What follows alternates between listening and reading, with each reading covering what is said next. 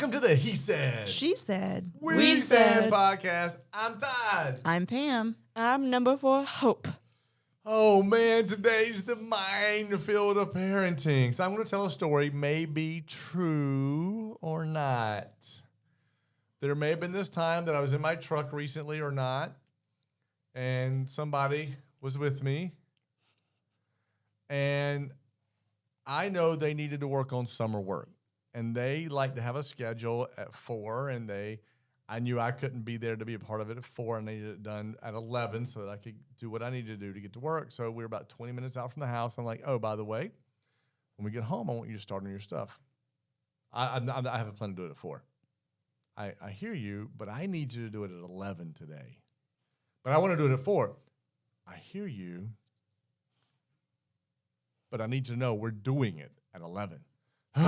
Okay, right? No big deal. We get out of the truck, and I'm like, hey, don't forget your stuff. They open the glove box, get something, and it's like, bam! And the whole truck comes off the ground. I'm like, whoa, why'd you slam the glove box? I didn't slam the glove box. I was only using one hand. And I was thinking to myself, if you'd have used 2, it would have come out of the car, right? Pam, I know you've seen or experienced our kids go from 0 to 1,000 when we thought maybe 5 was the next stage. Tell us about your experience with seeing our kids go from 0 to 1,000. Well, the title for this podcast is so spot on. It is a minefield. Like you're literally just walking through your day and you ask a simple question and the answer is just like, wow, where did that come from? Because 2 seconds ago, you conversed and everything was fine. Yeah, it's funny you say that because like 22 minutes later, Hope was like, hey, Dad, I love you. Dad, thanks for spending time with me. And I'm like, who's this kid? Who is this kid? Where's this coming from? Hope, here's the question. As a teen, tell us what it is that you feel. Like, I mean, I know your body's like, what? Right? Even as adults now, our bodies are like, what? Right? Hormones, the stuff's going on, life. Give us some insight so that we can be a little bit more sane. I feel different emotions all day, in different times of the day. So you're saying 1 o'clock you might feel a certain way. At 3 o'clock it might be different. At 3:12 it might be different. It's just they're in flux. So when you have all these emotions, do you know how to get through them? I feel like I do, but some kids don't. Now, you say you feel like you do and some kids don't. What do you do to help balance your emotions? And because I can imagine there's some kids who are like, "Wah," right, and they don't have that. How do you balance yours? I mean, because I think that would be helpful for a lot of kids. Well, most of the time I just go, when I wake up in the morning, I usually just go and swing to start my day. So I don't have to think of what I do, so it just de-stresses me from the whole day. So starting your day, swinging de-stresses starts you out de-stressed. Yes. Okay, and then what? Then I go to my room and I turn my drawing light on, and I just sit in my tiny little stuffed animal chair, and I start drawing on a pull-out table. Okay, so you swing. Now, do you listen to music when you swing? Yeah. Okay, so is music part of that success formula for you? Yeah. Okay, and then you go to your room and you put your drawing light on and you draw. What does that do for you?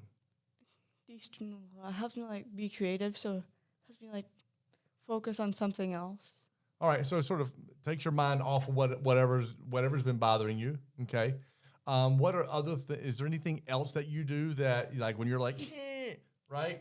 That you can do that. So now, I know I'm all over the place here. Do you swing just in the morning? No. You swing multiple times a day or whenever you feel stressed out? Mostly it's both.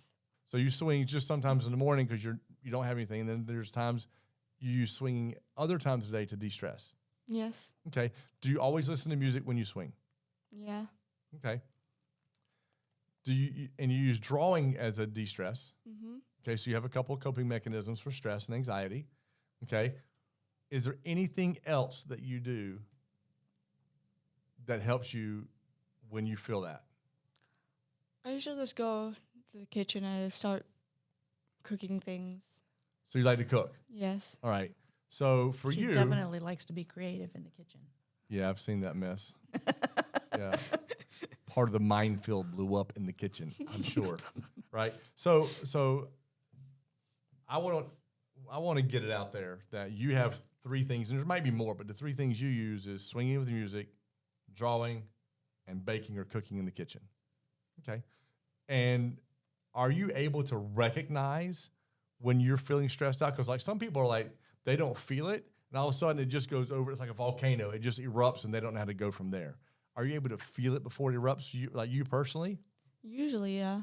Okay. And when you don't feel it, and it's like, bam, glove box, right? How do you deal with that? Do you use the same techniques? Yeah. Okay. So even if you're erupting or you're finding that you're starting to get it, those three things help you get through it. I don't just do it when I'm stressed. I'm doing it to keep myself from being stressed. So you use that as a centering tool to keep yourself centered. That's pretty intelligent. My next question to you is, when you're in the car with me or anywhere where you can't jump on the swing to recenter yourself or draw or bake, what do you do then? I usually just put my headphones in and just listen to music. I listen to music. I get it. Now, I'm going to jump in there and say, as a parent, we can't blow up back. Now, when you slammed the glove box, did I blow up back? Not really. No, right? Because I knew I took her out of her schedule, right? And that's really the minefield of parenting. Most of the minefield of parenting is we interrupted something that was already going on, and they don't know how to redirect that energy.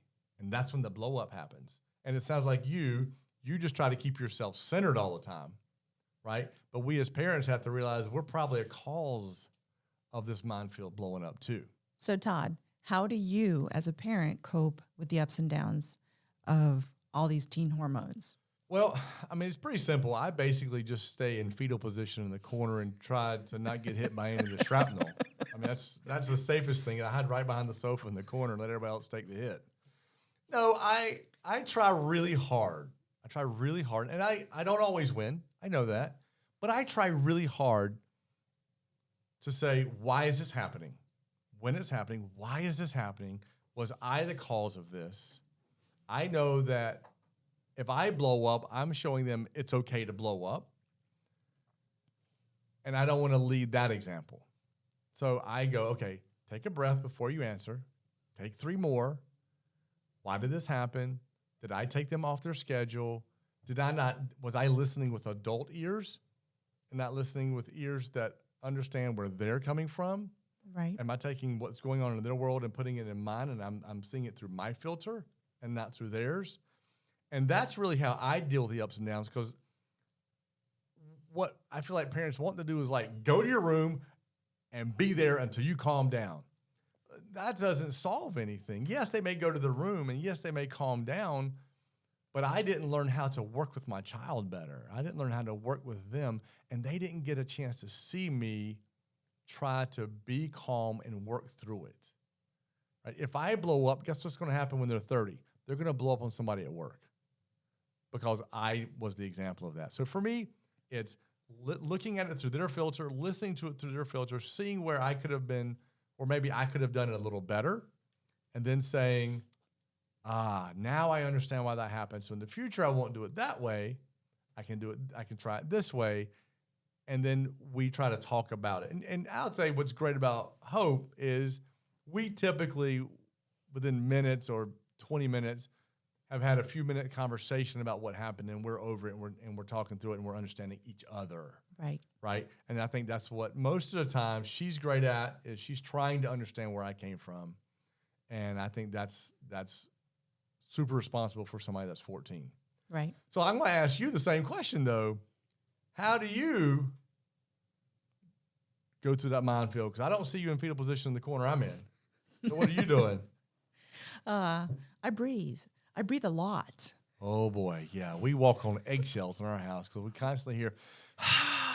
We're like, what did I do? What did I do? Yeah, I know. We hear it. Yeah, you're laughing. It takes a lot of patience to understand. Our eldest child comments or used to comment a lot on, Mom, that's not how you would have dealt if I would have done that. Like, you would have like yelled at me and you would have like gone through the roof. And, so my answer is, I've grown up. I've developed patience. I've developed better communicating than when I was raising 3 of you and all of you were having emotions all the time. So I take breaks. And you kind of have to decide what is important. Some things you just let go and talk about later. Like, hey, that did not make me feel good when you answered me in that way, but I understood that you were stressed out or we were doing something differently. So how can I do this? How can I ask you to do something outside of what we normally do in a way that doesn't stress you out? Would an explanation of like, hey, I need you to do this now because I won't have time later and I want to be there to be able to help you. And then it changes the mindset of, I'm not just changing your day because it's just better for me. So I know as a parent, I may have lost my cool once, maybe twice. And I got 2 quick things.